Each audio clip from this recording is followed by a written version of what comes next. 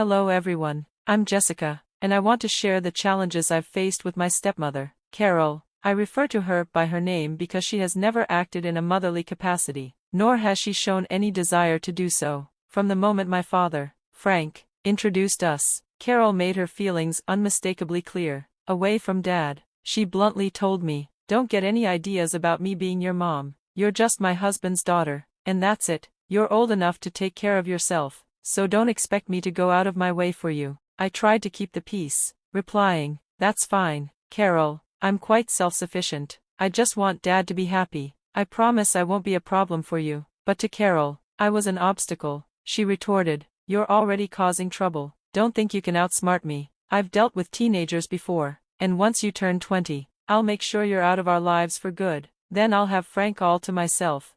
Her hostility didn't stop there. Carol even insulted my late mother, which cut deep. My mom passed away when I was only 10, and it took my dad a long time to open his heart again. Because of this, I hesitated to tell Dad about Carol's cruel remarks, a choice I now regret. After marrying my dad, Carol's behavior took a turn for the worse. She openly expressed her dislike for children and her desire to distance me from our family, something she had conveniently left out before their wedding.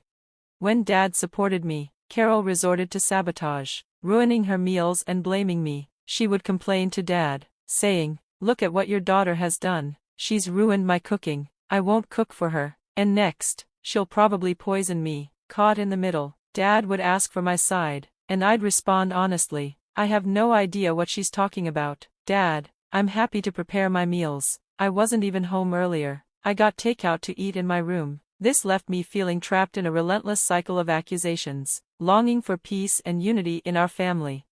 Let me be clear, if things don't change, I genuinely fear for my safety due to Carol's actions. For the 3 years she's been in my life, she has done unimaginable things, starting with petty acts like oversalting her food to frame me. While this might seem trivial, it was only the beginning. Thankfully, my dad eventually came to believe my side of the story, thanks to the overwhelming evidence I had gathered.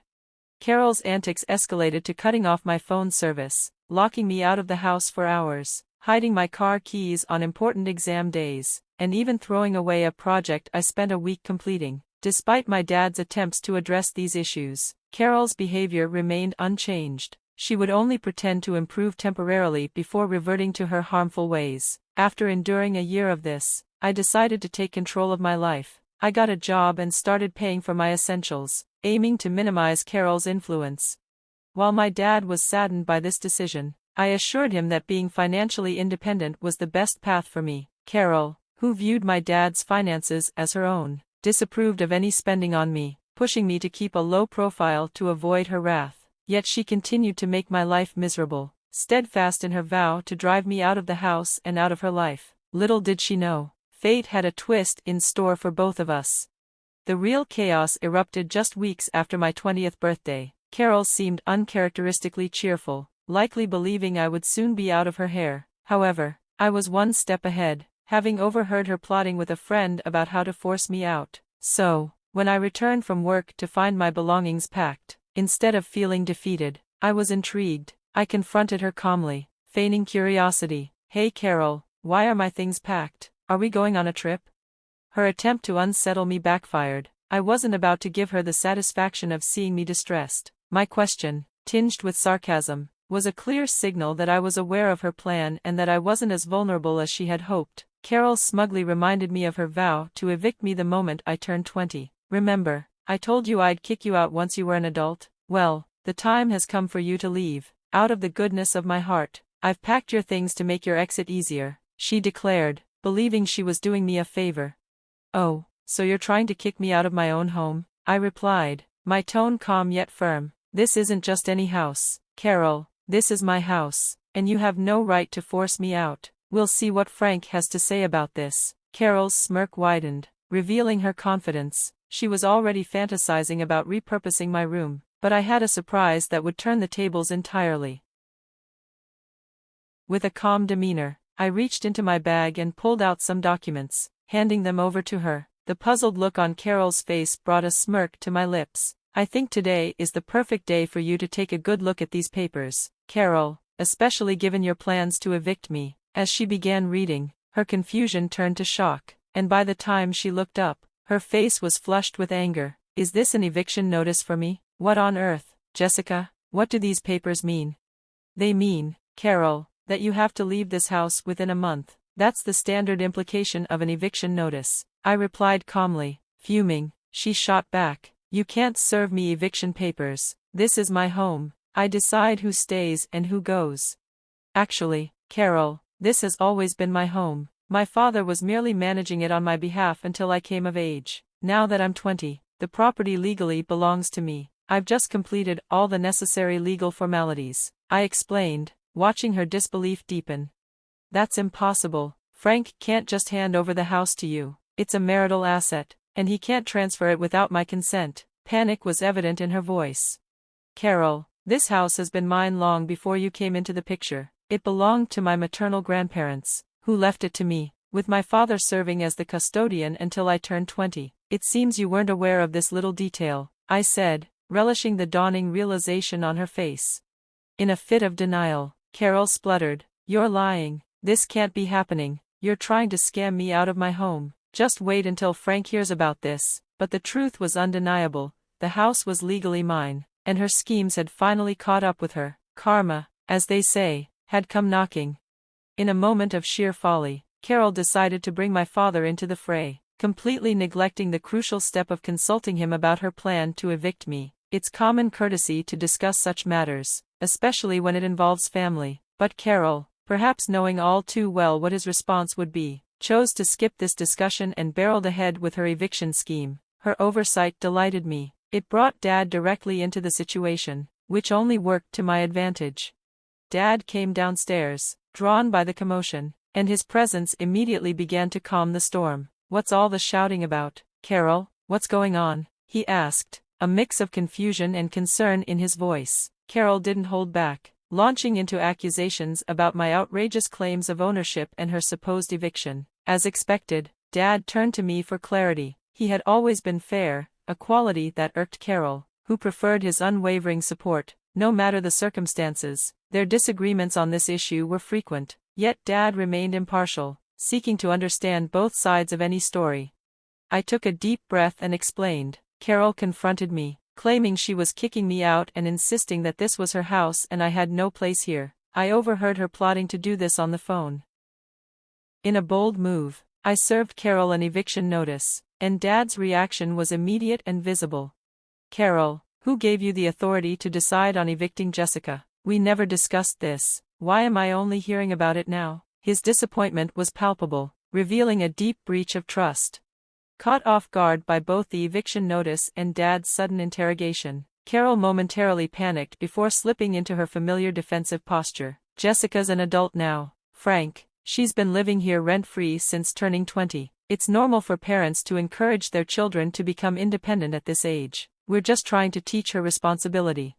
But Dad wasn't swayed. That decision is mine to make, not yours. You should have discussed it with me first. His words emphasized his commitment to fairness and mutual respect, qualities Carol had consistently disregarded. He firmly reminded her that she had never taken on a parental role in my life, nor had she contributed anything toward my upbringing.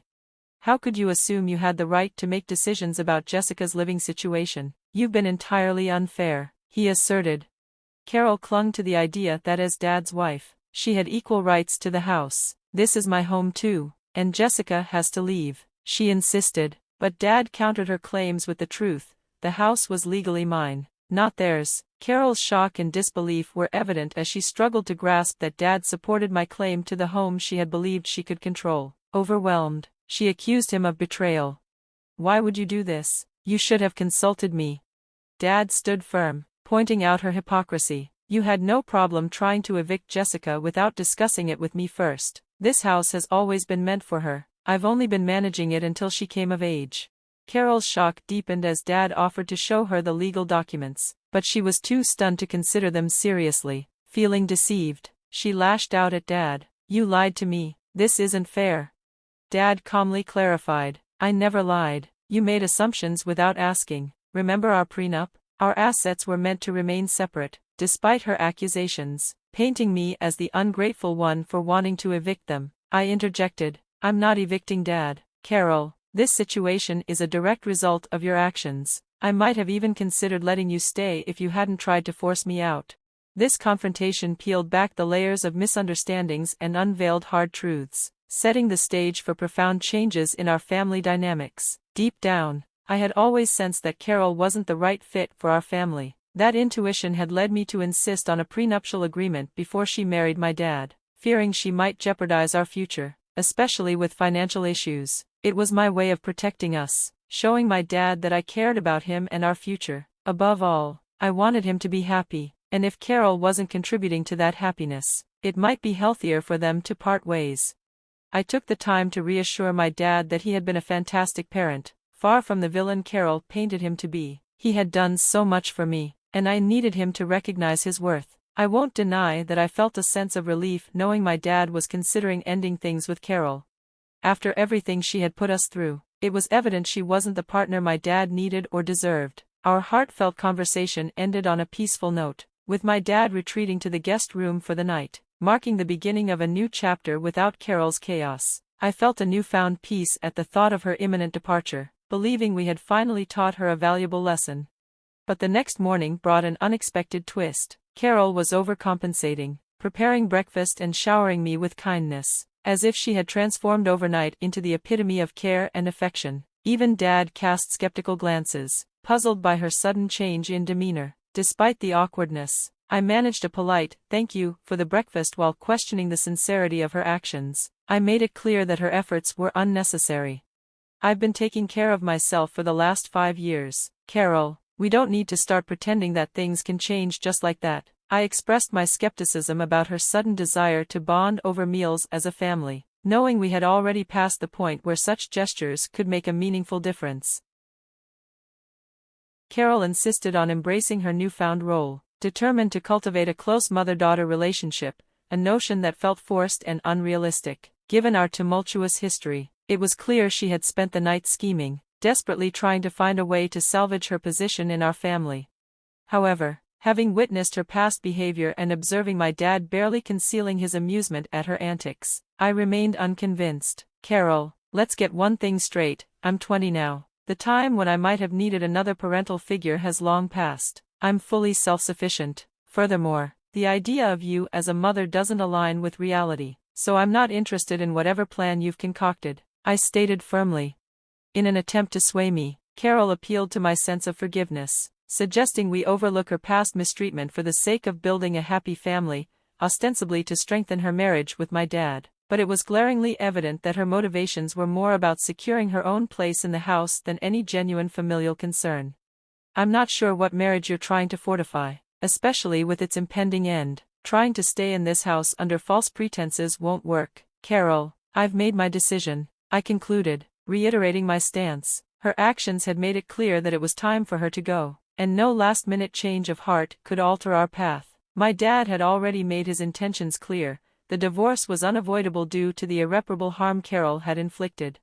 Her last-ditch effort to play the victim fell flat, particularly given the prenup she had signed, which left her with no financial leverage. With no options left, Carol resorted to tears, pleading with both me and my dad for forgiveness and another chance. That day tested our patience as we endured her incessant cries for mercy. Eventually, Dad stepped out to consult with his lawyer, initiating the divorce process. Within a week, Carol was officially served divorce papers, marking the end of her bargaining.